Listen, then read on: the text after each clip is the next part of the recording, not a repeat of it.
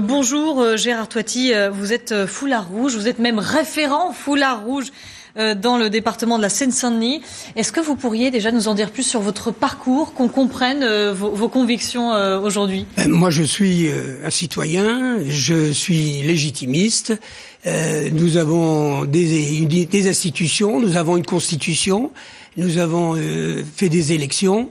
Et nous trouvons normal que les mandats aillent jusqu'au bout, dans de bonnes conditions, quels que soient les élus, qu'ils soient de gauche, de droite ou d'ailleurs.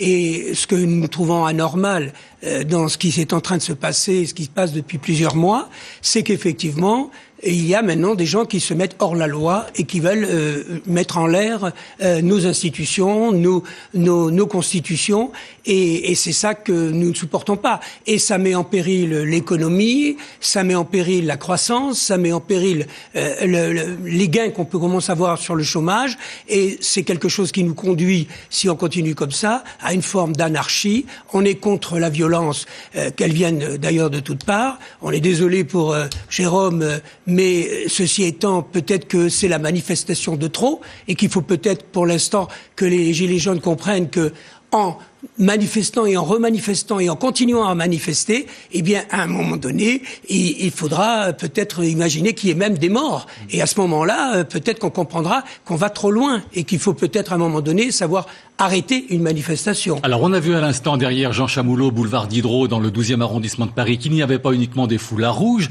mais aussi des parapluies rouges, des manteaux rouges, des pantalons rouges. Ça veut dire que cette marche est rouge aujourd'hui, et même le signal stop une main blanche sur fond rouge. Montrez-le, monsieur Toiti, ça, ce que vous avez actuellement sous les yeux. C'est touche pas à la démocratie.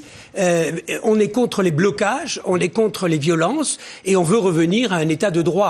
Voilà, nous sommes dans un état de droit. Nous devons respecter tous ensemble nos institutions. S'il y a des manifestations, c'est normal.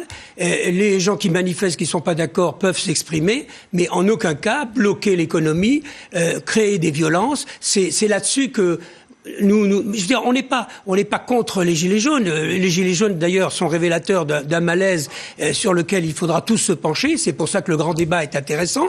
On n'est pas pro-Macron, on est pro la République, la démocratie, et que nous continuions à vivre en liberté et que chacun puisse effectivement s'exprimer librement. Mais là, je pense qu'on a atteint une forme d'overdose.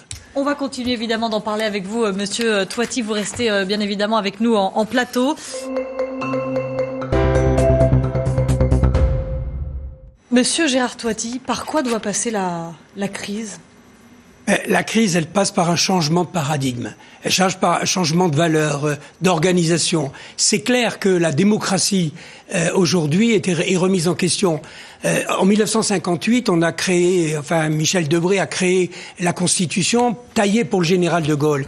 Le général de Gaulle, à l'époque, disait les Français sont des veaux. Aujourd'hui, c'est plus le cas. Aujourd'hui, avec Internet, avec les médias, avec les chaînes d'information continue, n'importe quel citoyen peut parfois en savoir plus que son propre ministre. Donc, manifestement, il y a aujourd'hui à repenser l'organisation de la société et peut-être retrouver une démocratie différente. Alors, Vous avez un discours de gilets jaunes, là. Oui, mais c'est une réalité objective. C'est pour ça que dans le mouvement des Gilets jaunes, il y a cette dimension-là qui est intéressante parce que elle pose un problème. Nous sommes passés de l'ère industrielle à l'ère du numérique. On le voit bien avec Facebook et compagnie. Et effectivement, il faut maintenant voir comment les Français peuvent plus participer à la démocratie qu'on a pu le faire pendant des décennies où c'était des élites qu'on élisait. Alors effectivement, il y a une réflexion à avoir sur l'évolution de la société. Cette réflexion, est-ce que le président actuel va la mettre en place? Et c'est à souhaiter, parce que de toutes les façons, elle sera nécessaire. Il faudra bien à un moment donné réorganiser la société et peut-être revoir un peu l'organisation, les valeurs et tout ce qui nous permet de vivre tous ensemble bien comme il faut.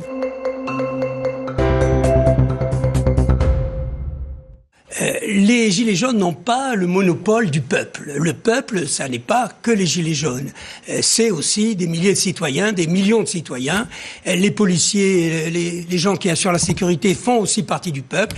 Et là, vous avez un autre peuple qui, lui, dit ça suffit, le droit à manifester, pas de problème, les problèmes soulevés par les Gilets jaunes sont intéressants et pourquoi pas en débattre, mais par contre, arrêtons les blocages, arrêtons la violence. Et est-ce que vous condamnez la violence policière, monsieur? Les personnes qui ont perdu leurs mains, leurs yeux, la condamnez-vous, cette violence? Toutes les formes de violence, mais c'est la conséquence. Nous ne l'avons pas entendu aujourd'hui dans cette manifestation, cette condamnation. C'est la conséquence de ces manifestations à répétition qui mobilisent nos forces de police, qui sont fatiguées, qui sont épuisées, et ce sont des hommes, ce sont des citoyens, et eux aussi peuvent peut-être parfois être amenés à réagir un peu difficilement.